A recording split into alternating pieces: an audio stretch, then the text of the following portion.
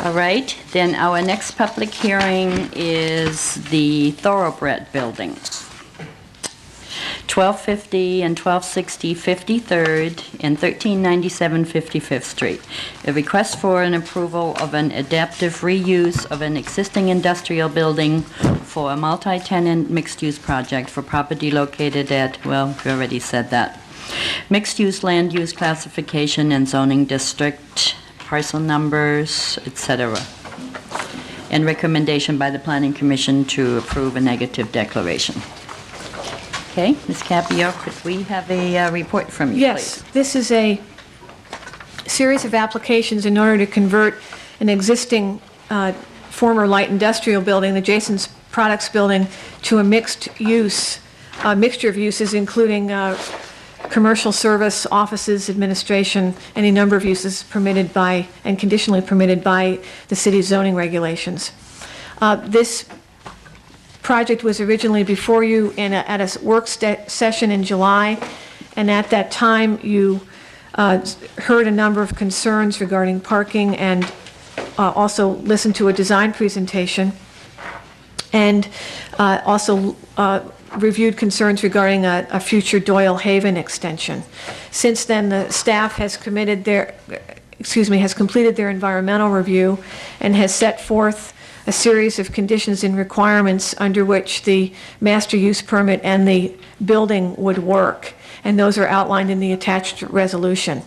If you choose to move forward with this project, you would have to first approve a negative declaration, which has been circulated for public review and is also included in your packet along with the initial study and the traffic work that was done for the project.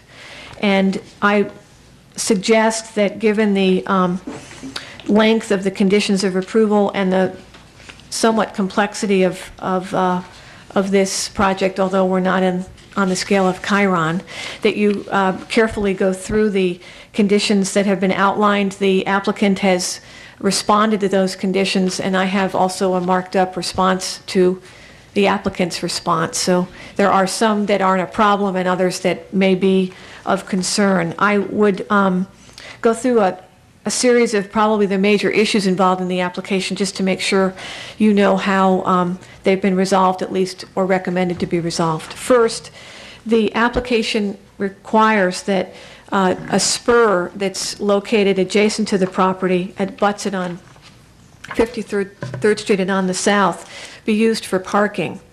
And this is a major part of the applicant's parking requirement.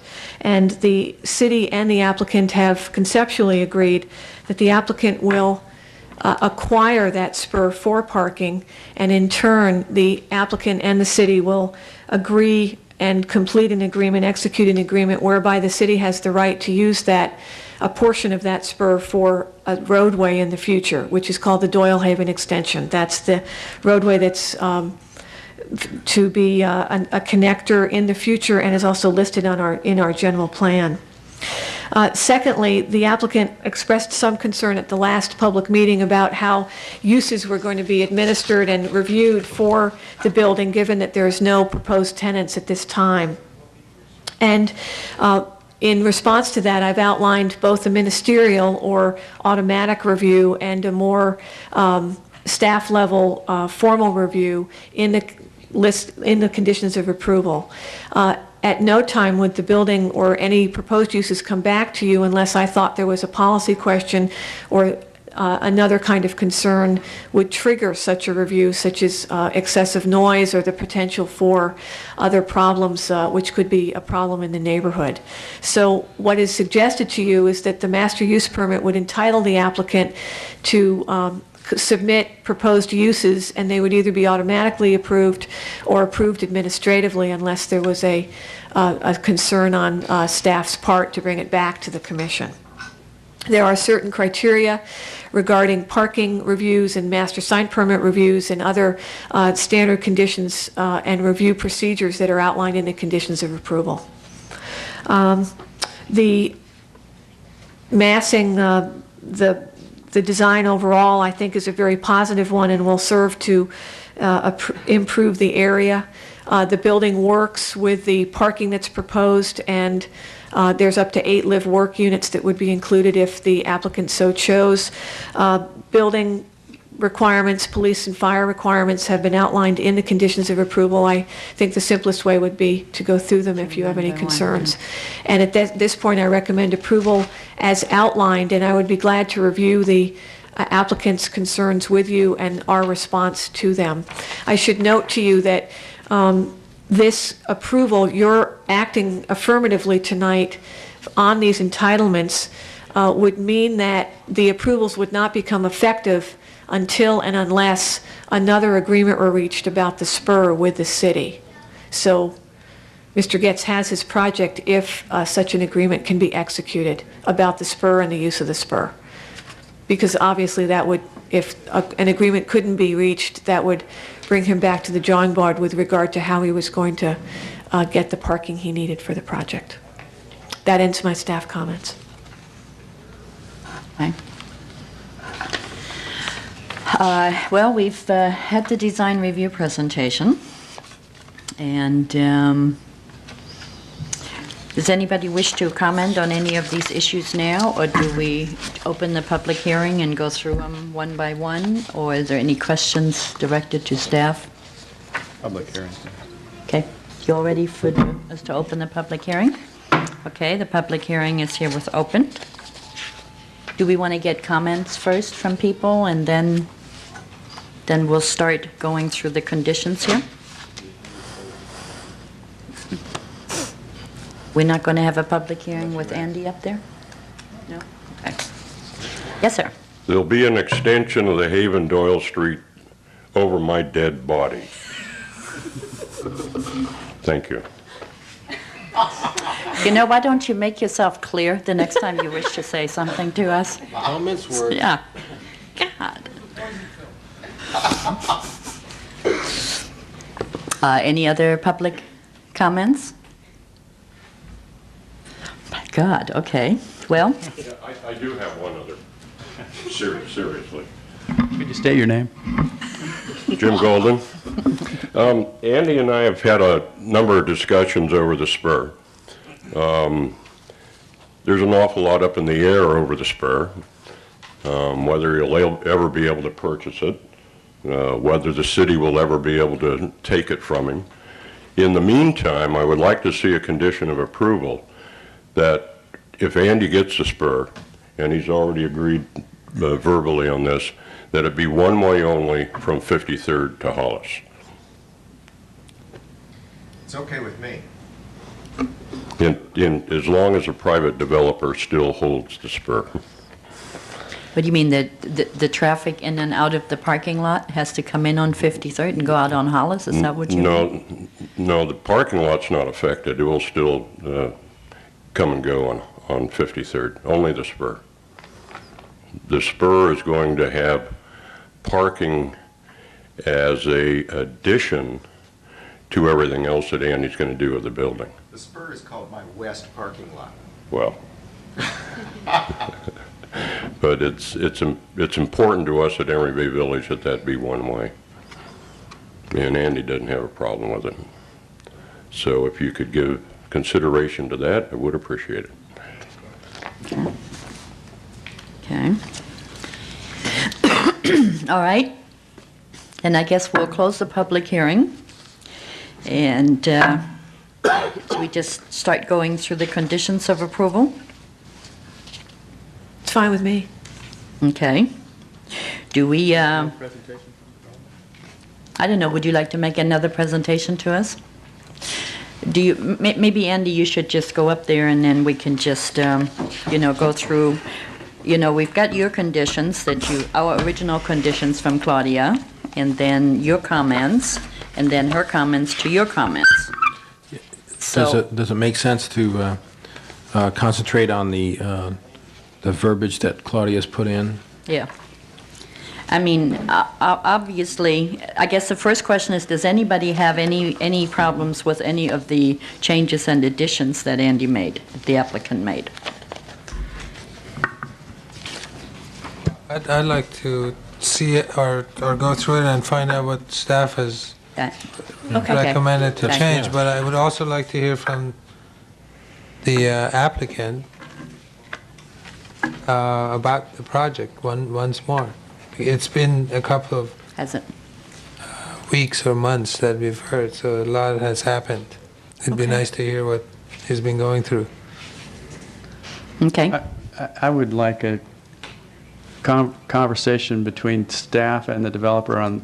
On the ones at There issue? seems to be one concept of what a master use permit is that the staff has, and another concept of what the master use permit is that the developer has. I think that's where most of the contention is. Okay. So if we can. So I guess my suggestion would be to start from the beginning and just go down. Most of these are fairly straightforward. The first, I would still like to hear from the applicant first before we go through this, if that's okay. Just to hear, Do you know how to make a presentation, or would you like to have your Well, architect do it? You know, Or you mean like English? I don't know. I don't know. well, I don't know. I'm fairly familiar with this. I Yeah. guess you weren't here last meeting, right? Did you miss that? right, Okay, that was an issue that you Okay, had. would you make a little short presentation for him? Sure. Or maybe have your architect do it? Sure. Betsy Yost from Piatok's office is here, and she can do a quick one if you want. Yeah, that sounds good. This is the site plan and building plan. There's a little, Oh, good. Oh, where's the sorry. little microphone? that's not it.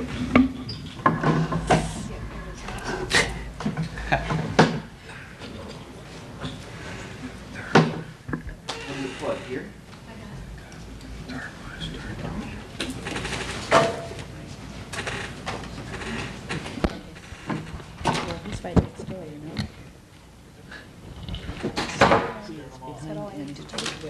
Around my neck. Comes out and-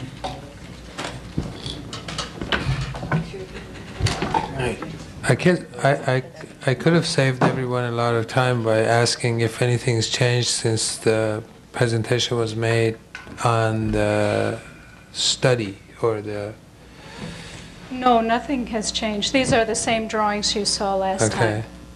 They're exactly the same. Yes. Then I don't need to hear from you. You have I'm a sorry. good memory. Good. Well, if you have any questions. Okay, thank you. Okay, well, let's just go do that then. Let's go through. It was very quick, Andy. a great Yeah, Andy, yeah. very much. Okay, all right, C is the very first one. But why don't you two just sort of kind of... Dialogue back? Dialogue Okay. back and forth. here. Your additional words are fine with me. So, so what is going on now then is that C will read, like Andy has proposed it, except that we have added, including provisions for a future dedication of a public roadway known as the Doyle Haven Extension. Right. So that's how that will read right now, and that's agreeable to staff. That's the one over Jim's body. That's right. Yeah. But you know, he may not live So we forever. could make comments about roadkill, but that's not a polite, right? Okay. Okay, then I On guess... item K, would you read your comments? It didn't come out very well in me. Yeah, I think that On the this left is, there. yeah. We, in the zoning ordinance, there's provisions for master use permits and use permits, and this allows the city, actually requires the city that upon certain, with certain uses being proposed, that a review procedure be instituted, and a master use permit, to my line of thinking, requires the city to look at certain uses in a certain location and come up with a framework within which to make future decisions. It doesn't mean that the developer for that use permit be given a carte blanche ticket to say, well, now I've got permission to do anything I want in the building. So what I've attempted to do in this conditional use permit for this building is to set up both a minor use permit review and then a more administrative review, but at no time would a use come back to the commission unless the staff, me or some future planning director thought there was an issue about one of the uses proposed that may deem or have a possible negative impact on the surrounding uses or the existing tenants in the building.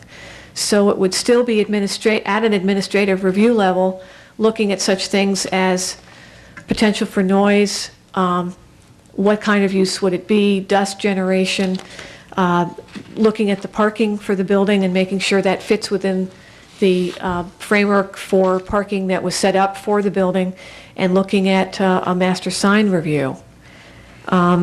Certain uses, I believe, and I've listed them, demand a more careful look than straight office uses.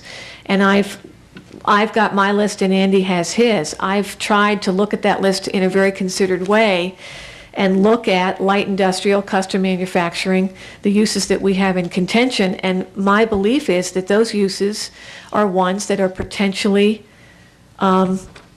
you have to be more discerning about them. Custom woodwork could generate a lot of sawdust. Manufacturing procedures generate toxic substances. We need to look at them and make sure that we've provided for the health and safety of the surrounding properties as well as for the tenants in the building. I don't think it's an onerous review procedure. I think it's a fairly straightforward one and a fairly reasonable one. And the minimum required to assure that the standards and findings within the zoning ordinance would be met. That's my spiel. Now Andy can do his thing. We'll get to the lists later, and clearly there are two lists. One that is a list of uses which are approved if other aspects of those uses meet standards as to parking and other specific standards. And a second list which requires a fairly thorough review by somebody in the planning department, and the planning director has to sign off saying there isn't going to be a problem with noise and whatever here. And clearly we have to decide which kinds of uses go in the first category and which kinds of uses go in the second category. That's toward the end of this document. But the first question, and the subject, is the question of the administration of the master use permit. And I think there is a difference of opinion here between us on how that works. This is the ordinance. It fits on two sides of one page. We wrote it in 1990.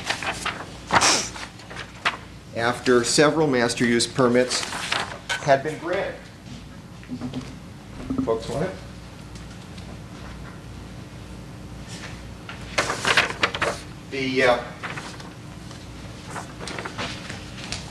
Under this ordinance, or in the history of Emeryville, since it had a zoning ordinance in 1987, 7 master use permits have been granted.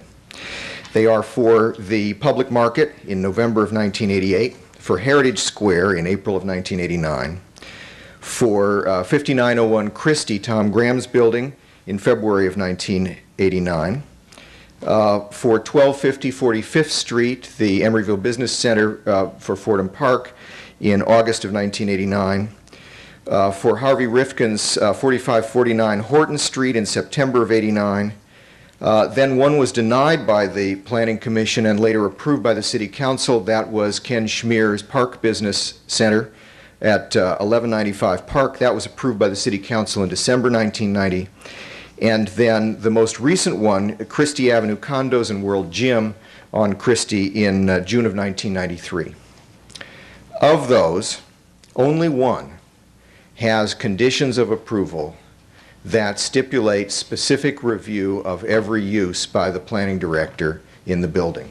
And I assert that this language in this ordinance, which we all wrote together during the summer of 1990 and was approved by the City Council in December of 1990, sets performance standards for defined uses and says, if you meet the performance standards, and they are primarily parking,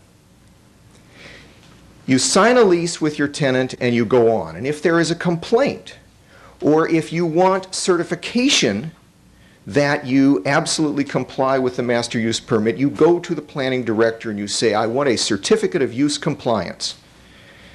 But absent a request for a certificate of use compliance, you merrily go along your way signing leases. As long as you don't exceed the parking requirements, meet the other standards 1 through 10, it's all here on the two sides of the page, and I don't see where it says that every lease needs to be reviewed by the planning director. And I believe that the leases being signed at these 7 projects are not now being reviewed by the planning department. And I know of a lot of leases getting signed and tenants moving in without the regulatory review of the planning department. And my question is, this little guy doing a remodel of a building, demolishing 20,000 square feet of the building, buying a piece of spur and agreeing to dedicate it to the city for free at a future date if it wants to put a road through, should be put through the hassle of having every single lease get reviewed by the planning department before I can sign it. And I assert that while I think Claudia will be very respectful of the need to move quickly, that there have been periods of hiatus in the planning department of Emeryville when it would be very difficult to get a decision on short notice. And I think that would be a burden that I wouldn't want to have. And I suspect that the truth of the matter is that none of these master use permits are going to have all their leases approved by the planning department. And so to create the baggage of all this extra bureaucratic regulatory review every step of the way is a burden on a small redevelopment project. And and the core of my changes are basically that. And that there's a fundamental disagreement here about the administration. Yeah, I don't want to review leases. I don't, and I don't think that the conditions and requirements set that out. What I want to do is have the ability prior to issuance of a business license or tenant improvements to assure that the use as described in a short written description, either through some zoning compliance form or a short letter from the lease or lessee or the owner, what it's about, hours of operation, the machinery and equipment, and mostly if it's going to be tenant improvements that are going to be required, that's fairly straightforward within the context of the building permit review procedure. I in no way intended these conditions and requirements to require myself to review leases. So it's uses, not leases. I think that a review procedure can be set up in an administrative way, and I think that I'm being eminently reasonable in not bringing back the uses that are in question to the commission for formal review and conditional approval. As I think that the use permit procedures we have in the zoning ordinance now provide the latitude the commission needs to review on a case-by-case basis as they see fit what procedures and processes will be followed. It's permissive. I have something to ask. As part of a building permit that's given to an applicant, which he will have to come back for every tenant improvement, Mm-hmm. do you have a procedure where the drawings or the application is sent through the different departments? Yeah, Okay. That's a fairly straightforward Is that not procedure. enough of because you have to check that off before the building permit can be issued. Right, actually, I, as the planning director, actually have to sign the building permits off. Is that not enough? Are you asking for something more than that? I'm asking for the ability within the context of that review, Right. to be able to ask and request for the information I need in order to make that determination. But it's within the context of either the building permit review or the issuance of a business license. It's not some other bureaucratic level of review. So that you have that. Have that now, and what I'm trying to do is formalize the conditions and procedures under which that review will take place. Yeah, that actually happens in every other city. Absolutely. And as we get to the individual conditions, you'll see our differences on the specifics. I don't have any objection to the standard review of all the departments, which is standard for all building permits. Right. We'll get to the devil's in the details. Okay. Okay, let me ask a question here, Claudia. You're saying that you may want to go back for some more information.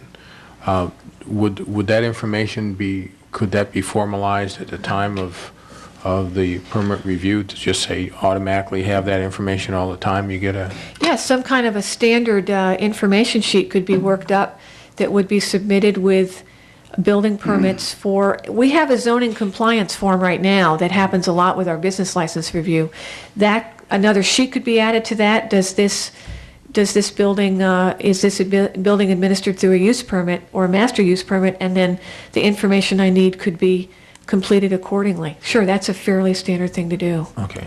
The standard form is not a problem, and it's not Claudia I'm worried about. It's the periods of hiatus that the city has had in the past in which it's impossible to get a decision. Well, I think Claudia is not worried about you either. It's Well, actually, if I'm we not. I'm sell worried it- about future future Right, owners of exactly, interest. right.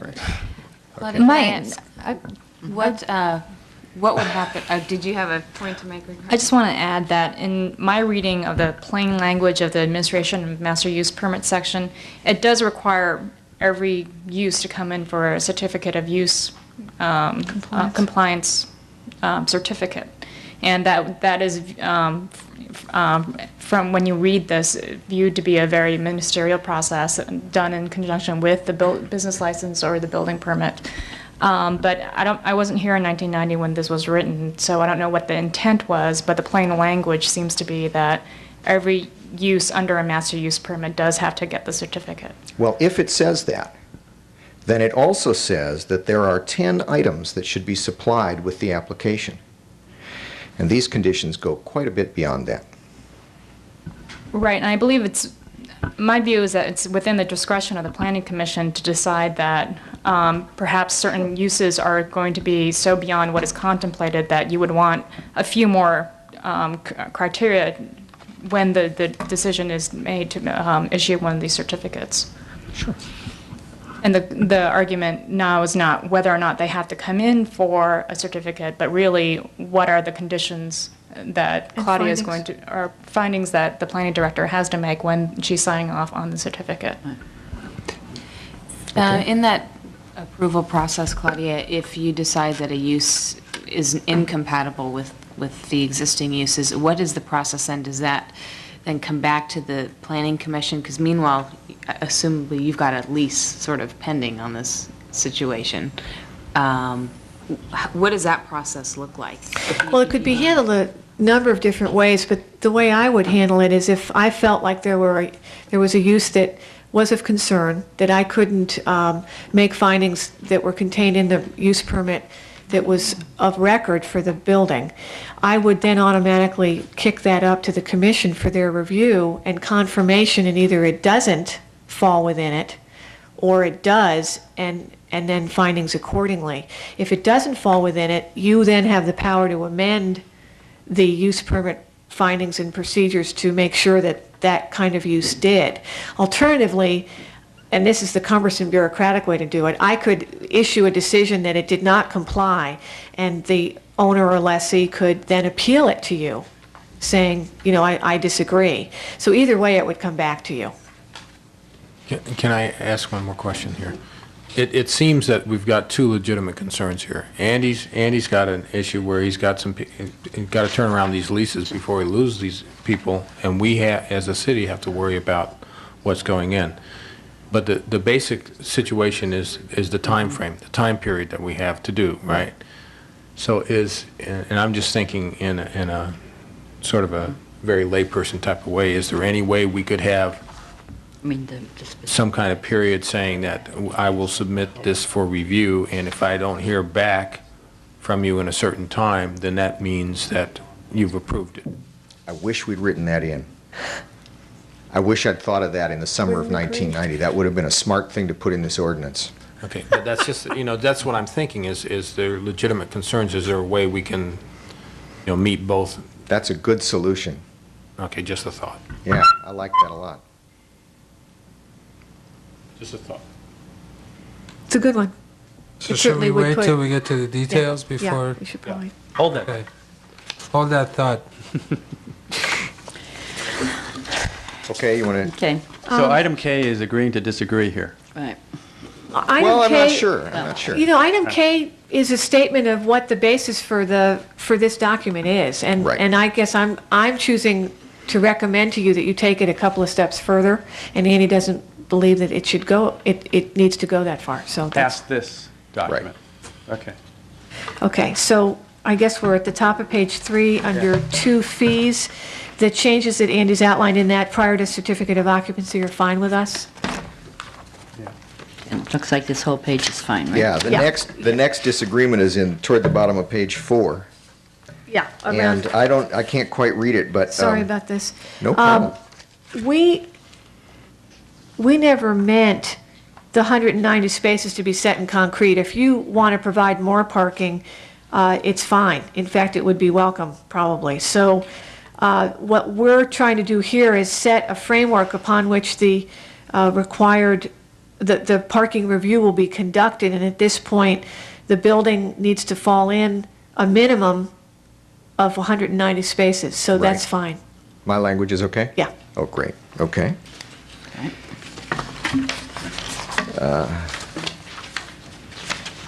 At the top of page 5, is my language okay, or are you wanting to change? I guess I feel like there's, depending on what happens with your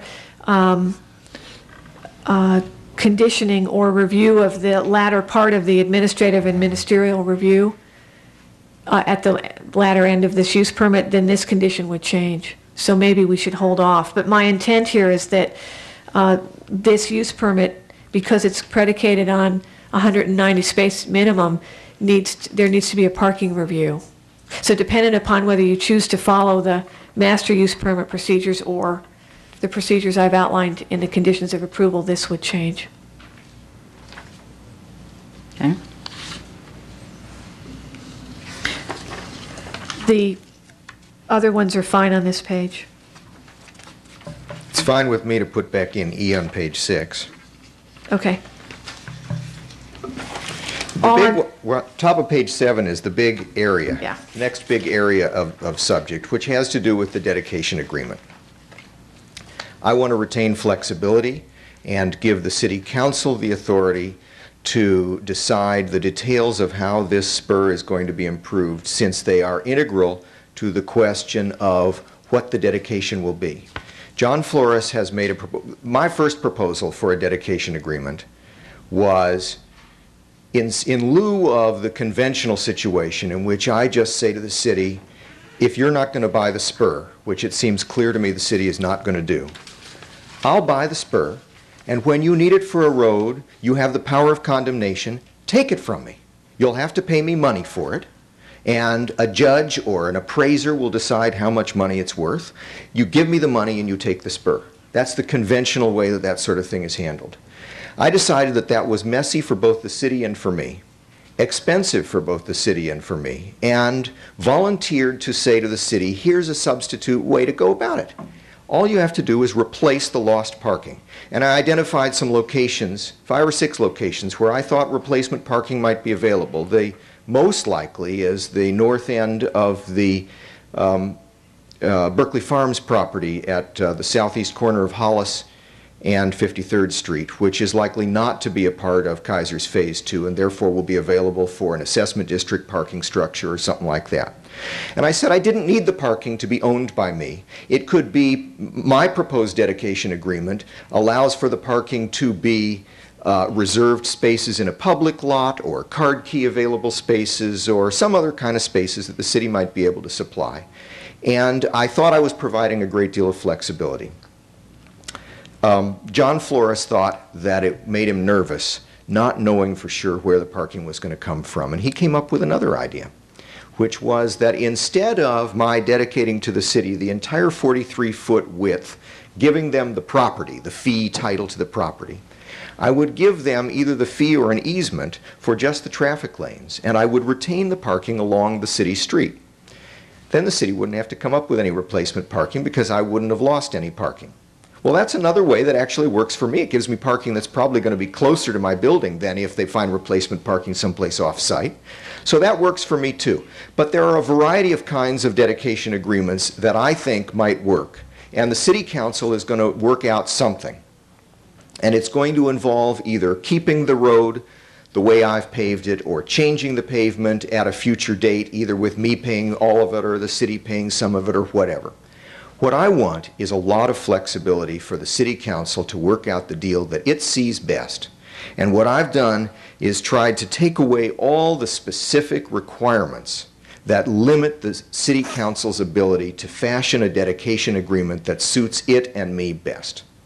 And one of the sets of conditions that Hank and Harry have come up with is a street that meets conventional street standards. And I understand why they want that, because they don't want the problems of cost of resurfacing and repaving a street someday if and when Jim Golden is dead. And it seems to me that we can work out a repaving scheme after Jim Golden dies if we need to. And in the meantime, maybe it would be possible for me to put in some other kind of a street, perhaps a curbless street that allows a different kind of parking, a different kind of traffic and parking. For example, Jim wants the traffic to go one-way northbound. Hank and Harry know that someday when it's a street, they're going to want it to be two ways. So someplace in here, there's a last-minute change that requires a 24-foot traffic lane. Well, that, of course, blows away a lot of my parking potential. It blows away a lot of opportunities for loading. What I want is flexibility to work out a deal with the City Council and get rid of all these specific requirements now and put them in the hands of the City Council when the dedication agreement is fashioned in a few weeks. And my change here is one such change. That's it. Okay. Point, counterpoint, right? I think what we're trying to do with these conditions tonight, and Mr. Van Dyke is here tonight so that he can make his own case. I mean, these were fairly thoughtfully reviewed and considered by both Harry and Hank.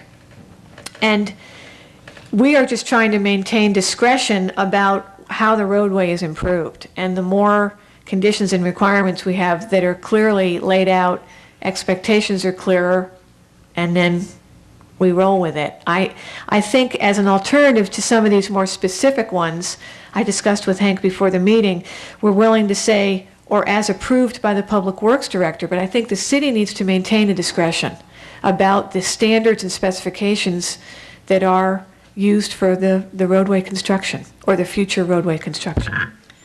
I'm a small-time guy buying a piece of private property and paving it. Give me a break here. No, it's not. I mean, it conceivably, you've got to do the utilities a minimum of so many inches below the road grade. I didn't change that. Okay.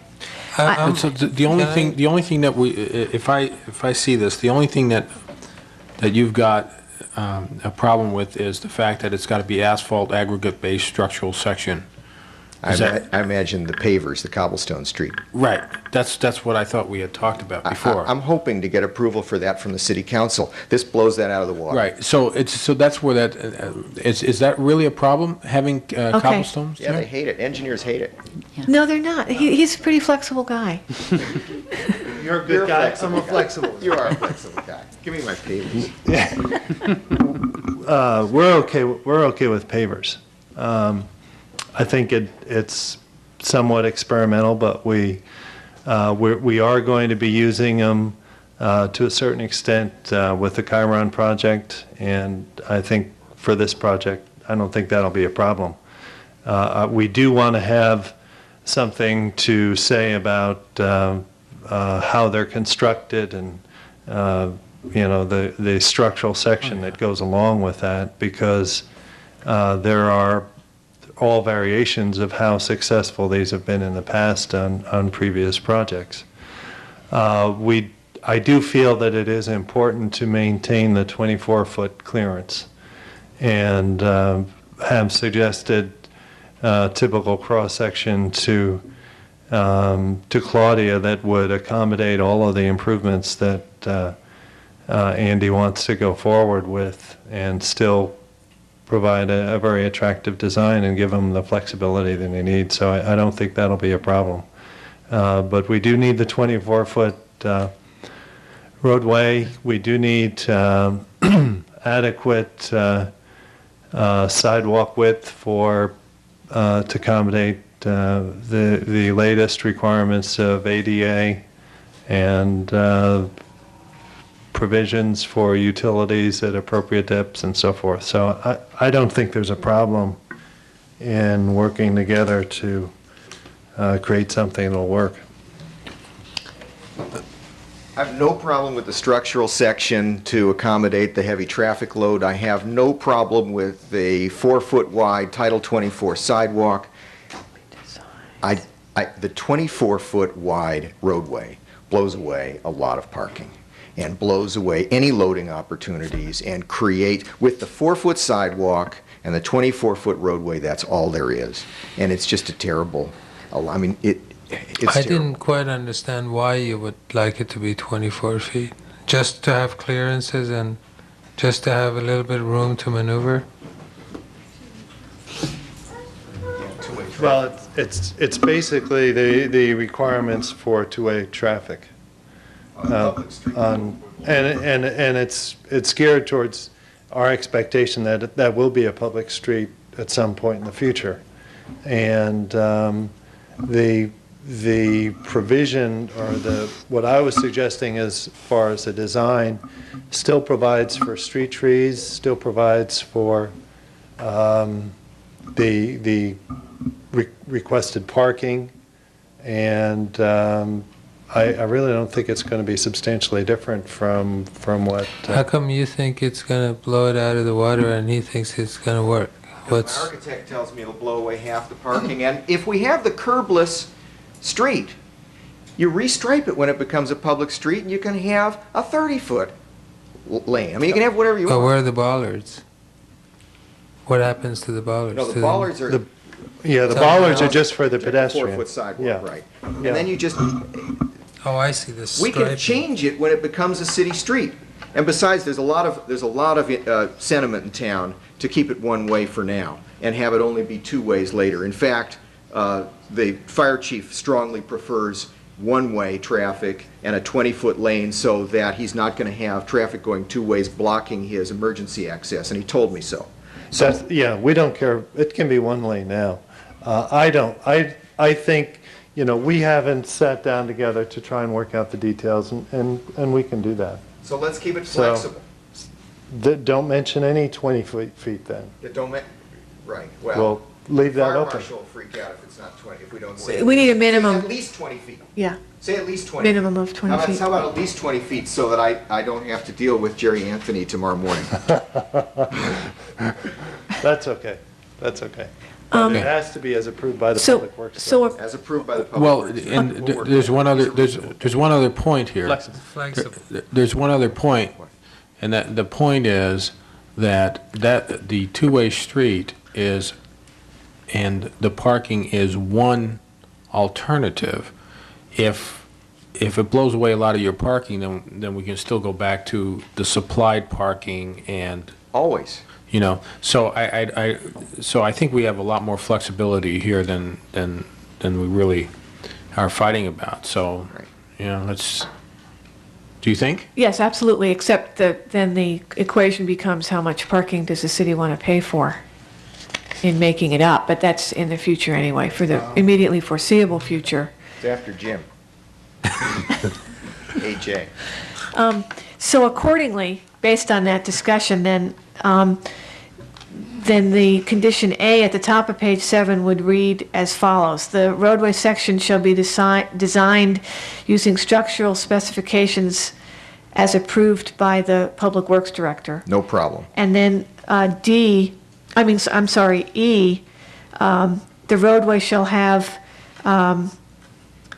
Surface approved by the surface- Public Works Director. Surface and other kinds of elements as approved by the Public Works Director. I'll work out the language with Hank about what kinds of specifications we need to do that. Gutters and driveways and curb cuts is approved by the Public Works Director. And at the top of page 8, Well, the county has a flood management Right, standards. stormwater runoff. The stormwater runoff standards, and I would meet the stormwater runoff standards. There's some question, engineers like to think that you need twice as many drains if you don't have curbs, and, so we might get stuck doing that, but I'll meet stormwater runoff standards. well, if you provide the calculations, I think Yeah. they're performance Yeah, we'll do the standards. Yeah. Performance standards. And then in F, on the top of page 8, it would be sidewalks shall be a minimum of 4 feet wide with no obstructions as approved by the Public Works Director. Fine. Okay, so we've done that. And then under H, that would then be a minimum of 20-foot width.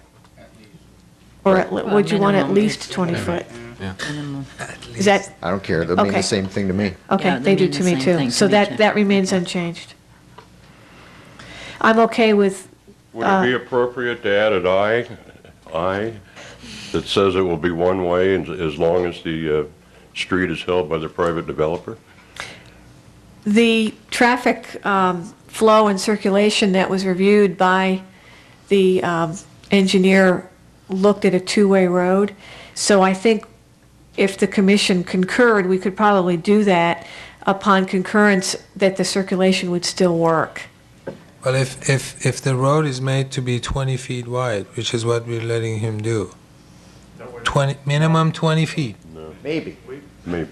A minimum of 20 feet. Well, I'm assuming that he can work. You're a flexible guy. He's a good guy. It's gonna all work out. I'm assuming that. So if we do that, and then he can't really have it two ways anyway. If he comes to an agreement that 20-foot minimum. Well, what, there's, There's, Yeah. and you drive really slow. 2 10-foot lanes. You're having all this argument over a street that's never going to get built, so yeah.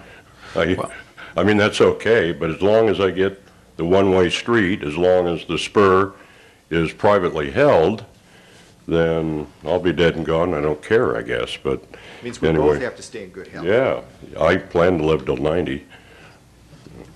But maybe just a simple I, Adam, Claudia could work out the language, I'm Well, sure. I guess upon confirmation, I haven't looked at that in detail. Do you have an opinion about that right now, about one-way? While it's a private street, I don't really have a strong. As long as the circulation works internally? Yeah. So I think we can add that. Do you have a problem with that, Ann, do you think? The people all have to come in on 53rd? Well, that's I why don't- I want to make sure the traffic works. I don't have I think I've taken a look at it, and I think the traffic will work, Yeah. and I don't have a problem with that. My problem is if somebody else wants something else, I don't want to be caught in the middle of push me, pull you. And I'm taking the path of least resistance here since I don't care. And Jim seems to be the one who cares the most, and so as far as I'm concerned, the direction and flow of traffic can be controlled by Jim Golden, and that's okay. But my problem is that if somebody on the city council in the course of negotiating this dedication agreement has a strong adverse opinion, I don't want to be straitjacketed here, and that's my only fear. That's it. I just, Since it's a private, at this point, it's presumed to be for private purposes, providing parking and access for the project. I don't have any immediate problem with it unless it doesn't work circulation-wise, and I just have to verify that with the traffic engineer. Can we leave it out for now, just to give Claudia a chance to look at it and the city council a chance to make a decision? And if it wants to be that, Jim will certainly say so to the city council at the time of the dedication agreement approval, which will be another public hearing on this subject. Because it doesn't really matter what we say, the city council is making the final decision anyway on the agreement, right? And basically, because of that decision on the project itself. And they get to Because- revisit all these conditions as they choose to, I'll- probably. I think No, only okay. those concerning Okay. the roadway. Not There's unless a it's definite appealed. no Only there. those concerning the roadway. All they would do is approve the agreement. Right. So they wouldn't go back and review everything Unless that's it's been appealed. done. Unless it's Yeah, appealed. Unless it's appealed. Right. It appears to me that that intersection, which is closest to Mr. Golden's residences there, will get 100% of the traffic going into that alley if it's one-way, and probably less than 50% if it's two-way. Because most of the people would be coming Coming from Hollis. from Hollis. Yeah. I think there's an advantage to having it one way the way Andy is proposing, rather than, No, Andy's not proposing that. well, he doesn't object to that. It's fine. Yeah, I think there's an advantage to that in that you would not have the complications of traffic coming from Hollis and making that going in the other direction. Oh. Yeah, southbound Hollis trying to make a left turn into the spur. Might not Not work. pretty, not pretty. That's a good point. Yeah, I mean, it's all you got to do is look at the traffic on Hollis to see why the street ought to be one way. You can come on down to 53rd and make a left turn, and then make a left turn into Andy Spur. But to try and make a left turn off of Hollis into the spur won't work. I mean, the city's already red striped the east side of Hollis from 53rd clear down to Stanford, and I believe they're going to add a second lane just to help the traffic flow through there. That's a very busy, So I busy guess we get to direction. put it back in, Andy? Yeah, Okay, It's okay. So I is added back in? yeah. And the only thing I would have as a It's if you have caveat a is problem upon with it in your confirmation of the yeah. circulation. Yeah. Okay. City council probably make a right turn only on the outlet too, huh? Makes sense. Yeah, makes sense. Yeah, Okay, probably One right, way. yeah. okay. Okay, The next one is that the clause added for work on the spur property or in the city's right-of-way. My intent in adding that clause at the bottom of this condition was to assure that the specifications, plans, and information were reviewed and approved prior to the issuance of a building permit for the building, not for every tenant improvement. So, fine. With that interpretation, I'm happy with it. okay, so we can She say said for that on the the, record. That's all I care about. I can add that language back in for the shell of the building or something. Okay. I don't even need it once she said it. Okay. Okay, No problem on B, Public Works Department standards. Okay, the next one is at the Skip top. the one at the top of 9. I'm embarrassed by that. Okay. Okay, so that's not an issue. Absolutely. Okay. We're in D in the middle of page 9. What we're after here is flexibility in determining the amount.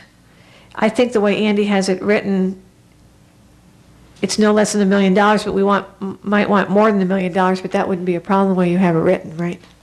We just want flexibility on determining the amount. How much insurance do you normally require? It's 125% of the estimated cost?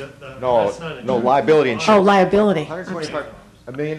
That's So this works then, my This language work- works. Okay. So I'm fine with it then. Fine. I just wanted, direction here. We got a disagreement at the top of 10. It's art police. Oh, I know. it's what? Art police. I call them the taste patrol, he calls them the art police. I think this is the minimum I need in order to determine that I can make the findings pursuant to design review. It's not a big deal. It's making sure that I have the information necessary to go through the design review performance standards listed in the ordinance and say, fine. Usually that's part of the information that you get, but nothing's been submitted, so I just want to basically confirm. And, stucco, concrete, glass, wood, and smooth metal are great, but I need to make sure that I can harmonize and be compatible with the design review performance standards that are part of my job. And you don't want to do this? This is a remodeling job on a beautiful old brick warehouse. If I can save the steel sash on the west side, do you want to hear all this about my plans, my architect? Okay. Yes. If I can save the steel sash on the west side of the building, I am going to do that because I love the old small panes of the steel windows in these old brick warehouses. I intend to use as few synthetic and clashing materials as possible, which is where I identified the cement-based products together with glass and wood as necessary. Where I will be building new walls and where I will not be able to save old windows, I will put in your standard steel storefront, your aluminum storefront, the 2 1/4 by 4 1/4 rectangular section storefront material with the metal frame and glass doors and windows. This is the same stuff that I've done on a lot of other warehouses, and you see it at Heritage Square. You see it up and down Hollis Avenue. This is very conventional. Now we're down to, and it seems to me that it's so conventional and so standard that that's not the issue. The issue is color, isn't it? I'm not adverse to color or, playful colors. Like, look at Legoretta. But I mean, if Claudia's not there, well, that's true. But if Andy's not there either, it might come in chartreuse. I mean, And- Polka dots. and if it's purple polka dots, is that such a horrendous eyesore that you should have the authority to tell me not to put those on. Now, let me just paint the following scenario, if I may paint such a scenario. I get the approval, I build the project, and 10 years down the line, it's time to do a little refurbishing and repainting. I don't need a permit for that, do I? I don't need design review for that, do I? I could paint it candy apple day glow orange. But I'm not going to, because I'm in the business of trying to attract tenants who want a tasteful building. And that's what goes on. Now, it seems to me that if I had said in 1985 that I wanted to put hubcaps on my building, Gary Lane never would have approved that. The Planning Commission might not have approved that. So I said decorative metal discs, and I snuck it through. Is that the game you're going to ask me to play again? Do you want an all-vanilla town with beiges and creams and tans and nothing playful? That's what design review gives you. If I wanted to live in Santa Fe, I'd move there. I submit that this business of design review is antithetical to an interesting, exciting urban environment. That's it. And you've seen a lot here. If I do something different than what's on the submitted plans, it's a violation of the design review approval that I'm asking you to grant me tonight. And you can revoke my permit and stop construction. And you've seen a lot here. Does this verbiage for this particular developer set a precedent for other developers? Well, anything you do can always be used against you. I guess I think... Not a legal precedent. You can continue to require whatever you want of anybody else. You've seen a certain amount of color and design and detail, and I have stipulated materials. And it seems to me that that does not restrict your future right to design review under the ordinance of Emeryville. No, I'm not saying that. And what I want to do is that prior to the issuance of a building permit to construct the improvements, I want to confirm, as I need to, the exterior list of colors and materials. And that means that the final building permit submittal needs to include a list. And if I want to see a sample, I get to see a sample. And I don't need to. If I need to, I do. That's all I'm trying to do, is confirm the colors and materials. When I painted Jelly Bean, I painted 113 sample colors on the surface, the outside surface of the wall. I bought quartz, and I painted big blotches all over it.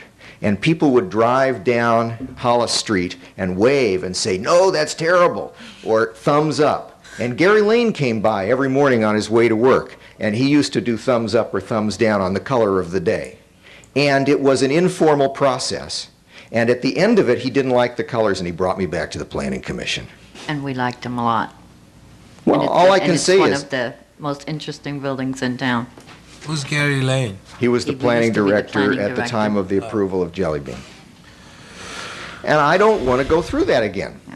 If you make me, I will, of course. Obviously, I'm not going to not do the project over this. I'm just making a plea here. Well, I'm mainly concerned about a precedent. I'm not concerned about you. That's the only issue I've got, you know. You mean I have good taste, but the next guy's a jerk? You know, what one suggestion would be to amend this slightly and say that final building plan shall include a complete list of complete list and examples as required of exterior colors and materials to confirm consistency with the approved plans. Narrow it down a little bit. Although that to me is more limiting to Andy, but I think that's, I don't care. All of it's extremely limiting, and I hate it, and you can put whatever you want in, and let's not get old and tired and go to sleep here tonight on this subject, because it's not really that important to any of us in any real way. Andy, will your color scheme, will it match Mazzola's house, or?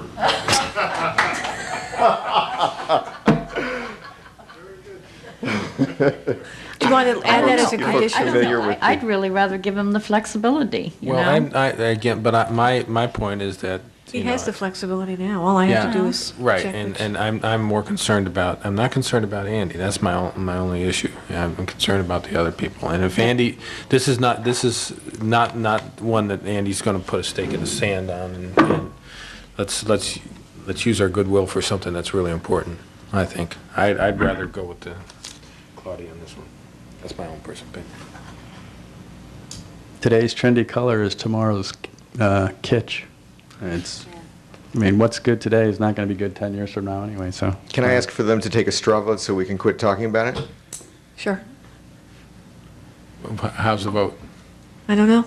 Is there someone Well- who objects to the condition as it was originally drafted? And what do the other four of you feel? I'd go with your way. No. Okay. Okay, we'll leave it in. Let's keep Okay. going. There's nothing else on that, on page 10. Page 11, the master sign program, I think that the timing or the qualifying for minor design review can be part of the master sign program that's submitted, but I have no problem with the way Andy has outlined it here. Oh, great.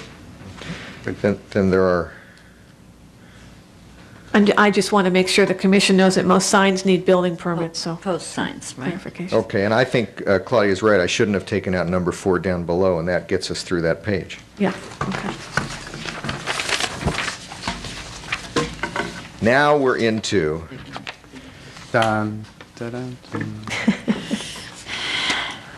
the insertion of the word certificate of use compliance along with A is fine with me. Okay. So the subject on this page is which uses are the minimal review and which uses are substantive review. And I guess the ones in question are custom manufacturing, high technology, light manufacturing, and wholesaling and distribution. Right. What does light mean at the end of that? Oh, light in the wholesaling and distribution? There's a, Not light fixtures, right? No, no. Light and weight. Right. I mean, what chances of you having a custom manufacturing tenant in there are there? Candle making? Great chance. But It's the traditional candle making tenant. These are the definitions of the industrial uses at question here.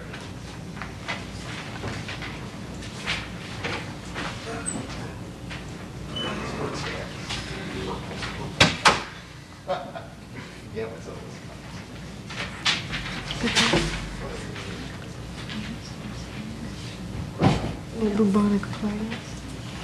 So custom manufacturing sounds okay. That doesn't seem to, 2 horsepower isn't gonna blow anybody away across the street. Claudia? Well, let's hear what. These are the 4 that I'm asking for the minimal routine approval of. Right. You see on this I mean, when page. you read the custom manufacturing definition, you Right. realize what a benign use it is. Yeah, I really take the time to understand what these mean.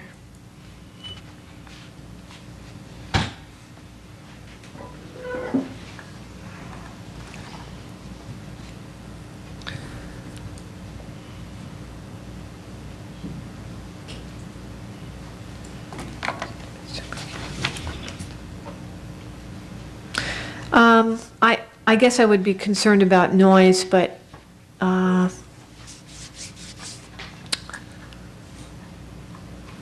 So, what would we do for a tenant who is making noise and wasn't custom manufactured? Just- I mean, we'd ask them to limit the noise, obviously, during certain hours.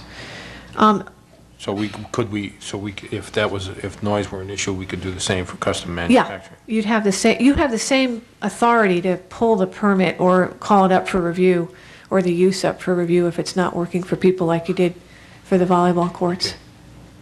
So that's okay. Yeah. High technology, the one thing that it does say here was, Did you do have objectionable, if there reason? Which is why I put it in odor- the second category, just to make sure that I check through it. But I mean, it looks like it's already here. If there is a certain tenant that fits in the high technology category that has either odor, dust, or noise, it's already excluded as an approved use, unless I'm not reading it right. So the way I read it. Well, the problem here is who decides whether or not it's excluded under this definition, and that's why it would need a little bit more of a review. But the point is, if you say that nothing can be defined, then nothing can be approved. You have to, at some point, say that these definitions are what we go by. They were written into the ordinance by the consultant who was hired, and they're the best we've got. And I need some hook to know what can be done. And if we can't use these definitions, and we have to go back and say there is no definition, then the zoning ordinance is meaningless, and no one has any rights. Well, then, Andy, can you assure us that when you have a high-technology client, they won't have objectionable odor, dust, noise, bright lights, vibration, and storage of hazardous? Is Of that course. It wouldn't be high technology if it had any of those. It's excluded by the very definition. Okay. So that's... Besides, if they do it to my other tenants, I'm going to have an empty building and I'm going to lose my shirt. That's a good point. I guess I just think that this is a ironic argument. What I'm trying to do is make an administrative review procedure for this building that would, for the 4 uses listed, require a little bit more of a review in an effort to stay away from the opinion of the Planning Commission. The bottom 2 of the 4 uses are automatically approved without review in 5 of the 7 master use permits in place in Emeryville. I think that's fine, but that's not this building, and it's not in this context, and it's not next to Emeryville Village. I mean, I think we have to look at the context that we're within, which is close to a residential area. It's a fairly mixed neighborhood. That's what a use permit's about. And I don't consider the procedure outlined an onerous one. I'm willing to concede on custom manufacturing, Okay, just so to lay it out there. Okay. Well, wholesaling and distribution is the bread and butter of these kinds of developments. And I really don't want to have to come back for a thorough review in the middle of every lease negotiation on any kind of warehouse use. That just seems ridiculous. Considering there's a warehouse on the corner of 53rd and Hollis. They're all over. I mean, Emeryville is a sea of warehouses. Yeah, but where would there be some restriction put on the loading and unloading? Well, that's not to it. be on And where the loading 53rd, and unloading yeah. would take place and the conditions of trips per day. I think this is there's already traffic concerns about where the traffic will be going. So this kind of review would ensure that I had the ability to review trips in and out of there, the intensity of the trips in and out of there, the loading and unloading of the building or the storage or warehousing activities for the building. It's fairly straightforward. Andy, refresh my memory, how big are these places? Well, they could be as big as the entire building if I leased to one tenant, which would be 75,000 square feet. The smallest break is about 900 square feet. That So architecturally works So well. at the most, we're talking heavy trucks, at the least, we're talking UPS and FedEx. Something in that neighborhood. We're not likely talking heavy trucks because it would blow away my leasing opportunities for anybody else. Small box trucks are really all I can accommodate if I'm going to get profitable development there. And the traffic for any of those uses will be substantially less than a pure office use, which is what the traffic analysis for this negative declaration considered. And the hours of operation are already restricted. And if you'd like, I'll show you the loading and unloading provisions of the zoning ordinance, which are quite thorough.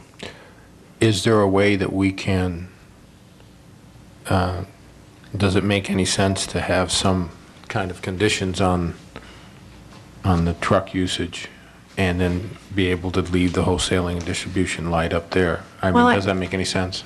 Only it does since we're dealing with a theoretical set of tenants, it makes it difficult to provide the areas of loading and unloading and the quantity, or it's difficult to design, I think, generic conditions. I understand, yeah, it's difficult. Well, this is probably not an appropriate place or time to say this, but right across the street from a intense residential neighborhood in West Berkeley, Tom Graham has bought a 60,000 square foot building. And on August 4th, he applied for a master use permit for a multiple-tenant, mixed-use development in that building, August 4th. And tonight, as we speak, the Berkeley Board of Adjustments has on its consent calendar, without discussion or opposition, a master use permit with no truck or traffic or parking or other restrictions on that building. And the conditions of approval are 2 pages long and are the simple minimum stuff that is the boilerplate of conditions of approval, which is what the old master use permits in Emeryville used to be. And we are now creating a huge bureaucratic overlay in Emeryville that far exceeds that's now being required in Berkeley. And this is part of that. Except I'm not making Andy go to the planning commission at all with this one. Andy, don't get me started on Berkeley. Tonight, Berkeley's easier than Emeryville for a guy named Tom Graham on another building. Right If up you're the in street. Berkeley, not if you're in Emeryville. Okay, Oh, yeah.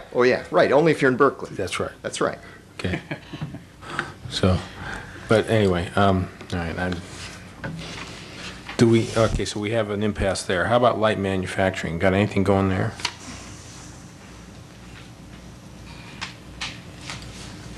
Do you want light manufacturing in Emeryville or do you not?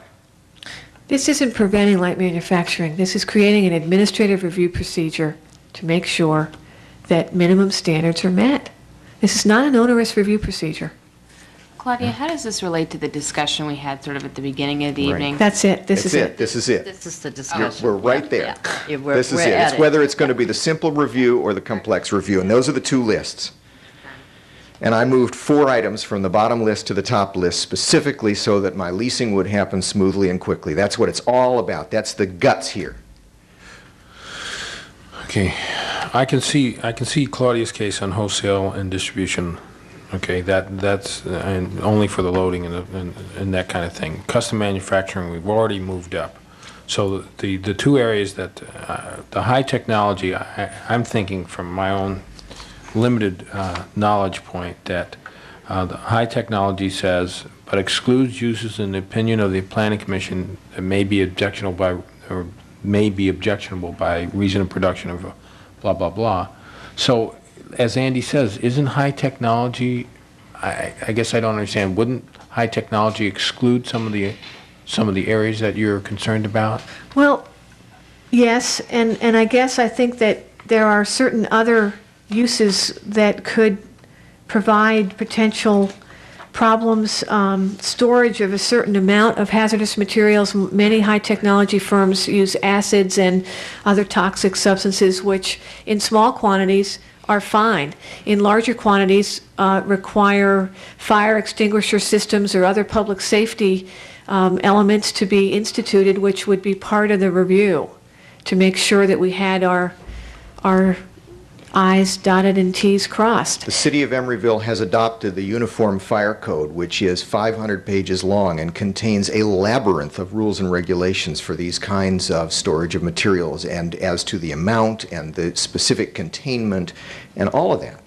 And what we're doing is creating another arbitrary bureaucratic review over something that is already well covered at law and regulation.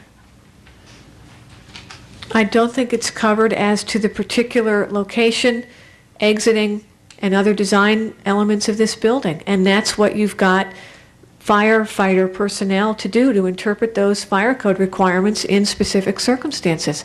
Again, I don't think this is an onerous procedure. I think this is assuring minimal health, safety, and general welfare standards, which are part of the use permit procedure. Yeah, but the Uniform Building Code, if he needs a building permit, the Uniform Building Code is there to protect and be a life safety, sort of set certain life safety standards.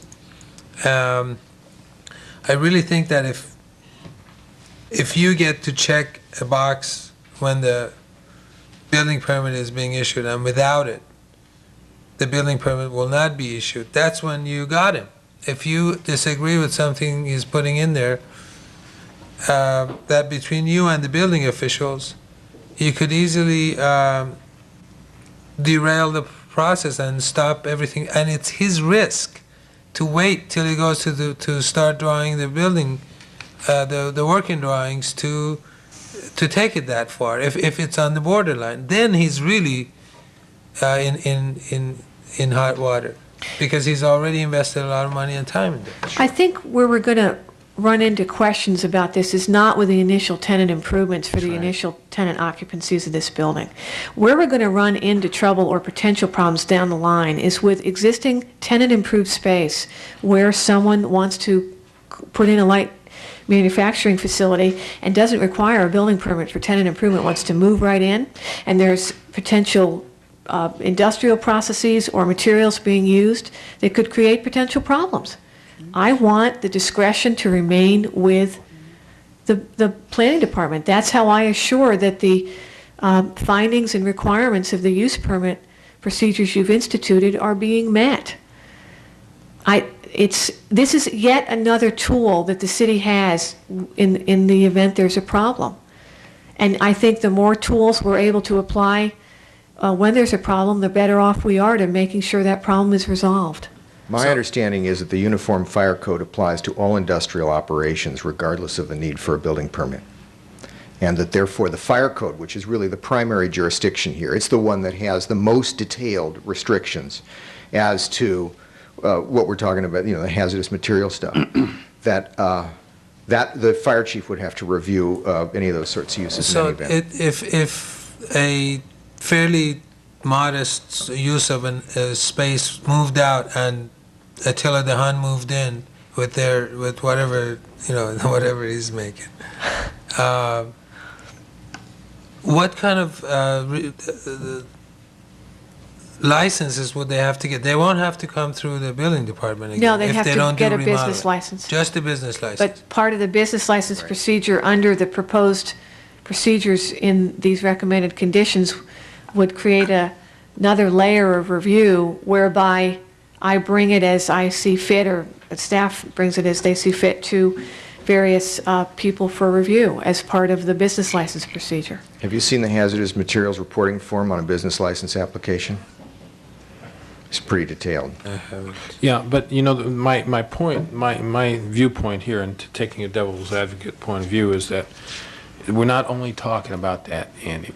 As you know as well, as you've taught me well. Okay, I'm up here and I see our planning director, and I'm sort of saying I understand where she's coming from. She's coming from not only the hazardous materials, she's coming from the parking, the traffic.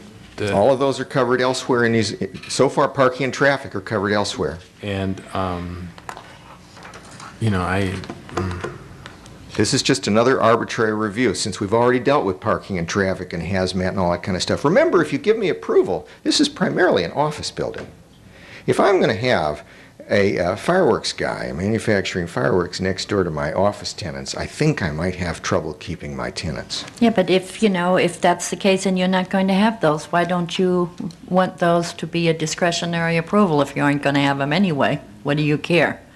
Why do they need to be on your master list of approved uses if you aren't going to have them Primarily anyway? engaged in the research, development, and controlled production of high-technology electronic, industrial, or scientific products. I could see how an office tenant who is assembling computers or is doing something else that can be considered to be high technology is going to be hung up in this detailed regulatory process, and I'm going to lose the lease because it's going to take a long time to get a handle on the details of what's going on. Okay, so and I'm uptight about it. Okay, here's where my suggestion might help out, and now this is what I was waiting to hear to see if that's really where your idea was. About a time frame. Yes. Yeah. So if is there a possibility? I'm. If they don't respond in 30 days, it's deemed approved. Yeah. God, I was going to do it shorter. 30 is 30 fine. days. 15 days. I was going to say 2 hours. 2 hours. Shall There we you do go. that then? 10 days. I was going to do 10 days, 2 weeks. 2 weeks. If they don't respond in 2 weeks, it's deemed approved. Then you can have all this stuff on the first. I mean, I Okay. think that's fair. Can you I do think, that? yes, absolutely. Providing, I don't like of it course, much, you but- happen to be on vacation during that 2-week period. Well, then someone is Yeah, designated okay. to do it. or no one answers. Okay, and the two, now, let me get a little nitpicky here. This is good, but the 2 Have a weeks good is, idea. starts when? When you hand deliver this to the planning department? Yeah, Upon application for, that's right, it's all, yeah. yeah, It's here in for the- whatever, yeah, for the here in the- issuance of a business license. It's the application for a certificate of use Yeah, of that's compliance. That's what absolutely we're hanging our hat on here. That would be okay. Okay, but again, I just want to know in writing when the clock starts, because I don't want to hear something, well, I put it in the mail or blah, blah, No. blah. No, but they stamp They it when you stamp get it, it, right? they stamp it received. So Right. someone hand delivers it, they get a stamp, they get a From copy, the everybody's stamped happy. receipt. Right. You want to Okay. make it 3 weeks? Sure, 3 weeks. 3 weeks, okay? It's a Can we compromise. rather make have sure two. Joe gets a copy of it too? Who? Joe? Joe who? This I think this is a was his idea. I think this, Okay, I think we should this ask is the city great. council to That's- write this into the ordinance, as a matter of fact. I think it's a brilliant idea that will take a lot of the heat Okay, off of. Claudia, does that work for you? Yes. Okay, all right. I think the idea that was just brought up, that the ordinance, basically what's occurring in these 15 or so pages of conditions of approval is putting more teeth into this ordinance right here. And though I applaud the diligence and the work that went into it, if you want to rewrite the ordinance, you don't have to write 15 pages of conditions of approval every time one of these projects comes up to be, it seems like it gets back to the fundamental, are we granting a master use permit and then tacking on 15 pages of other conditions onto this master use permit, or what are we doing here? Well, part of the conditions are project-related, obviously. Yeah. But I understand your concern. I guess I think that within the context of a master or use permit procedure, part of what we need to do is make sure that we have the applicable criteria and standards within which to measure whether the use is appropriate for the given site, because that's why you've deemed it to be conditionally permitted. That's my bias. So, Yeah, I think this is a good compromise. It allows us to have some Okay. teeth, and it gets, and All it right. helps Andy get what he needs to get to his tenants. Can I still have custom manufacturing on the first list? yeah, that was okay Yeah, with me. okay, She already okay. gave that to you. So you can have custom manufacturing on And the you can first have an list extra and 2 the other days. 3 weeks. 3 weeks? When did it get to be I 3? s- 15 working days. Yeah, 15 working days, 3 weeks. That doesn't include hiatus days. Okay, all right, and now we're down to 2, huh? We have the same, No, that's the same That's thing. the same list, that's the Yeah. one. Oh, which one? no, we were just strictly on B1. Are we now? There are two Oh, these are new the same ones things, okay. on the I second gotcha, list okay. that were not contained in either of the previous lists. One is one that I asked for last time around, and I got a sense from the commission that you would support it, which was food and beverage retail sales. This is the mom and pop store, or this is the ability to sell milk out of some other place. And I was hoping that with the thorough and complete regulatory review of the planning director, that you would allow food and beverage retail sales. And the other is community education, which is one that I completely forgot before, which is some kind of school operation. And I just signed a lease at a building in Los Angeles for a small real estate school, and it reminded me that I have not applied for anything that I've not applied for a school, and I'd like the opportunity. Remember, they have onerous parking requirements. Uh-oh. I don't have a problem with the food and beverage as long as liquor is excluded. Fine. No problem. Excluding Even liquor. wine and beer, if it were a nice restaurant? Oh, no, that would be on-site sales, that's different. Okay. Food and beverage retail sales Including with no liquor. alcoholic Liquor. beverages, comma, excluding alcoholic beverages. That's fine. Yeah. I think that's proper. Okay. And community education, which is these schools, is what I'm asking for, again, in the regulatory list. Claudia, how do you feel on that? Well, I'm looking at the conditionally permitted uses for the mixed-use district. And It's in the, community education is in the civic list. oh, okay, that's fine. Okay, I'm fine, as long as I just wanted to make, as long as it's conditionally permitted in the zone, I'm What's fine. commercial recreation? Is that a massage parlor? No, that's climbing rocks and throwing volleyballs. That rings a bell. Huh? Batting cages, right. Batting cages. Batting cage, oh, God. Oh. Right next to the daycare center, okay. You guys All are right. pretty punchy about the Are we on commercial page 13 recreation. now, then? Yes. This one is a moral one with me, and I'll cave in if you guys aren't willing to go for my change. The broad ability of the planning director to say that anything which she deems to be a potential for a nuisance, it seems to me, is a broad additional regulatory review that just doesn't turn me on. As a civil libertarian, I don't like it. My sense, and this is just from where I'm coming from, is I'm sure what Claudia was coming up with was something where there was an irritant to the neighborhood in general. A nuisance would be an irritant, like let's say you sang in the shower. Not that I've heard you sing in the shower. I whistle in the Or shower. whistle at 4 o'clock in the morning. Then all Very the loud. other tenants will move out, and I got a problem. I'll have to get rid of the guy. You know what I'm saying. Yeah. Claudia, where were you coming from on that? Well, I mean, the broader, the better for me, because then if there's a problem, I don't have any problem calling it up to you or looking at another layer of review. This is a matter of civil liberty, but it's also a matter of looking at potential problems, and you know them well. You've had them in this community, and being able to call up uses and review them and make sure that they comply with minimum standards.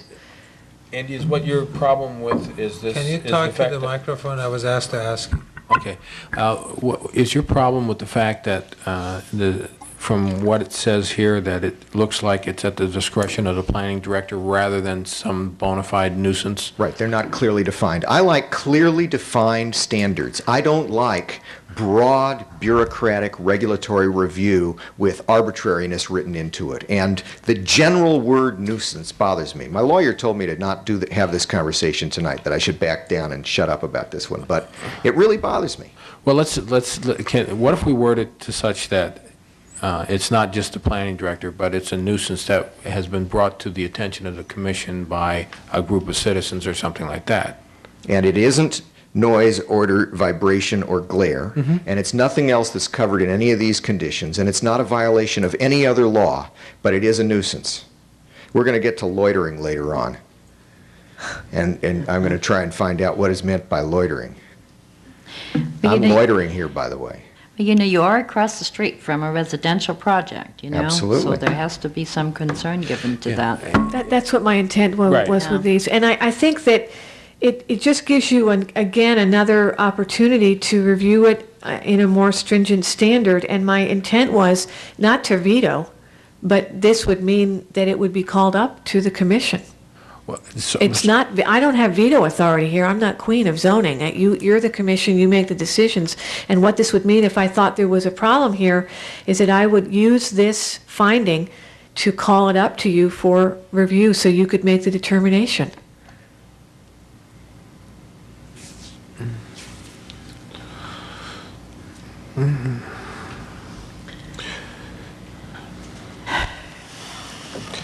Can you give me one example of another nuisance? How about this? Outside of the noise, odors, vibrations, or glare? I'm trying to come up with one in my mind. And Smoke. That's odor. No, it's not. It's odorless smoke. Let's see, large trucks idling for significant time periods That's during noise And vibration. during early morning hours. That's Okay, noise I and mean, vibration. I Yeah. think it's covered. I also care a lot about the insertion of the word offensive, even though, Or any other offensive nuisances? no, at You're the saying? beginning of the list. included. Oh, I see. He included the word offensive. I just don't want to be harassed by some successor to Claudia. Or Claudia, for that matter. But It's Claudia, it's the arbitrariness of the bureaucratic review that bothers me. Claudia has also promised never to die or leave. That's good. That's Just good. like you, Could I have that just in like writing? Jim Golden. I need that. Could I have that notarized? Well, I don't know what to do. I don't want to waste a lot of the commission's We're time on willing this. to, So we're willing to strike or any other nuisances. It's okay. okay. fabulous. Okay. You willing to leave offensive in? Okay. Yeah, I want Oh, offensive great. in, Oh, because I great. think that's very important. Okay. What are we What down a to now? fine planning director, Andy. What are we down to now? 3B? In the middle of the page, we're almost done, folks. My intent here was to make sure that there were uses none of us had ever thought about, but were specialized and needed special care with regard to parking and loading or other kinds of elements that needed to be designated in the public access ways. I think that's if they come up. But there's only one that anybody could ever think of that applies to this situation, and that's a child care center. And if I put in a child care center with no decent drop-off place, I'll be killed. So it's not really going to be a problem. However, child care center is in here.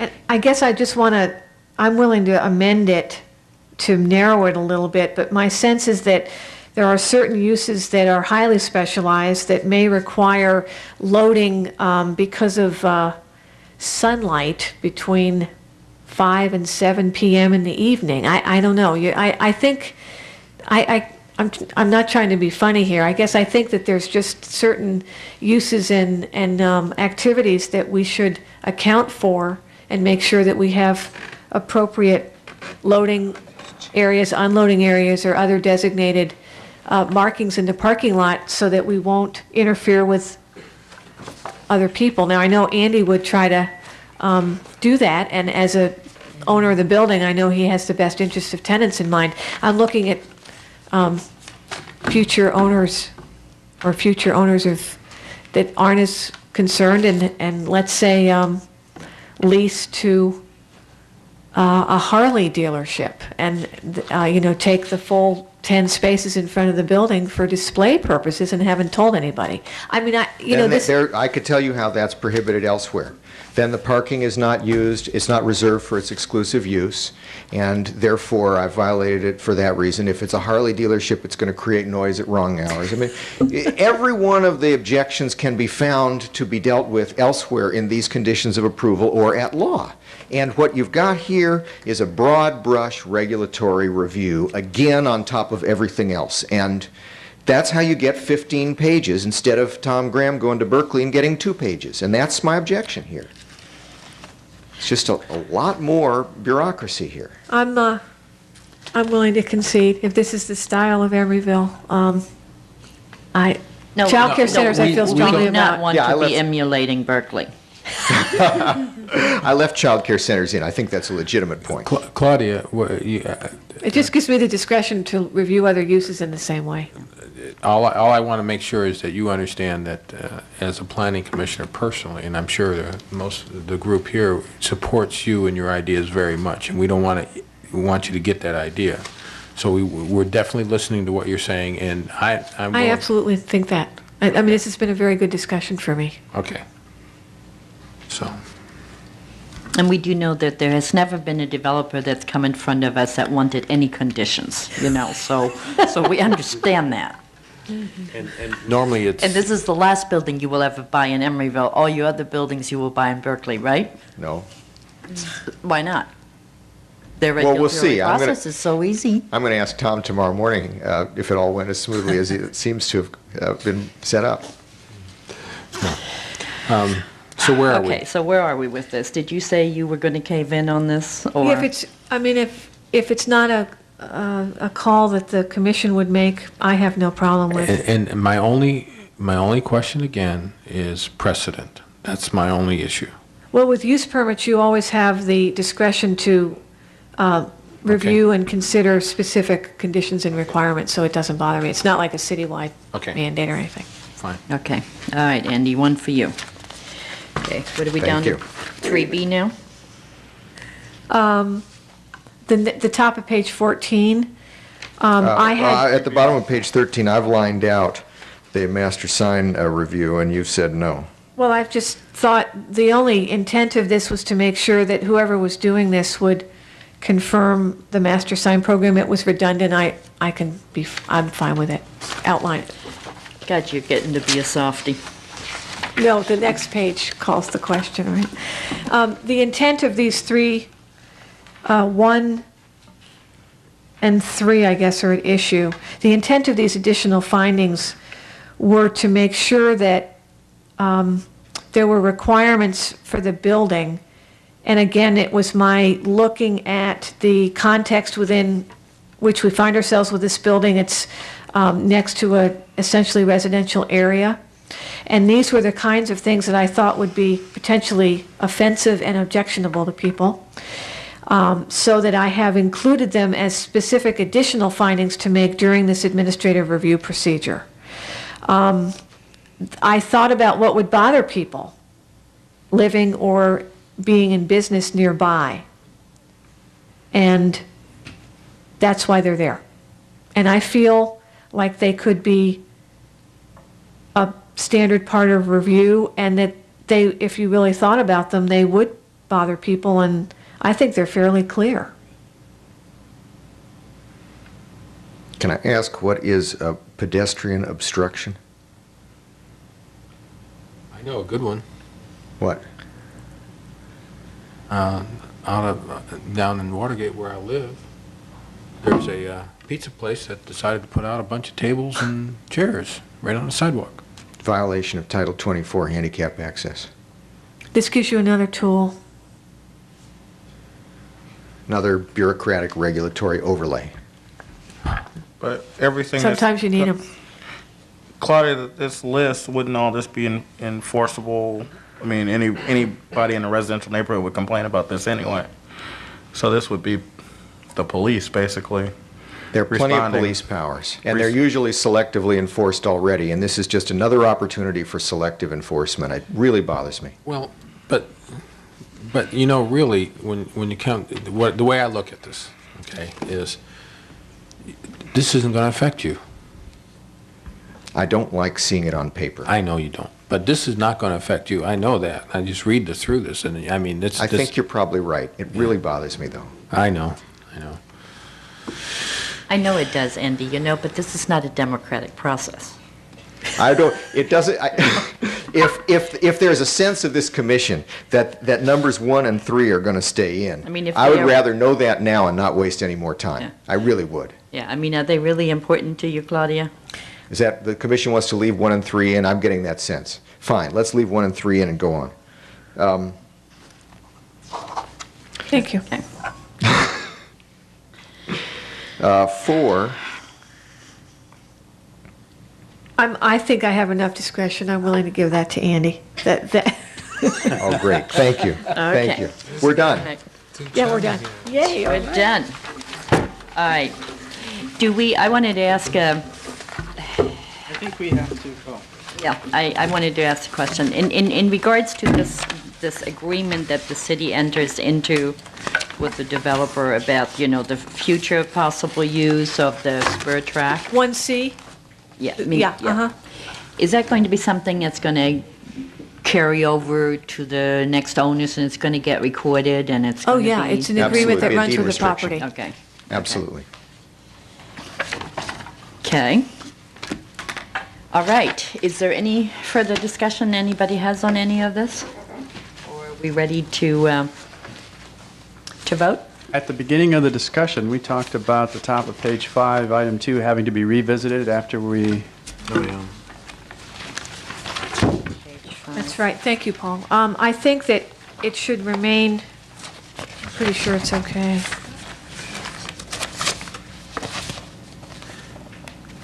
Top of page 2 or 5? Page 5, item 2. 2.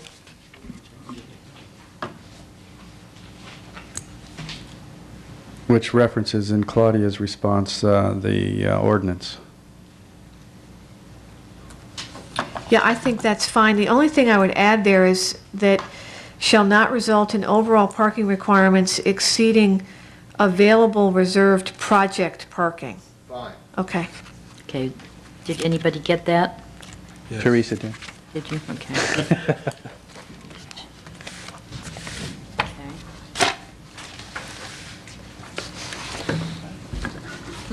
Okay. All right, we have several different things to vote on, right? Where are our resolutions? It's all actually contained in one resolution, CPC number 95-1. I have one requested change to the resolution. Okay. On page 2 of the resolution, the second to bottom line. The reference to easement severely restricts the Right. ability of the city council. So it would be an offer, Irrevocable offer of easement or fee, I don't know, something, offer of dedication. offer of dedication. Fine.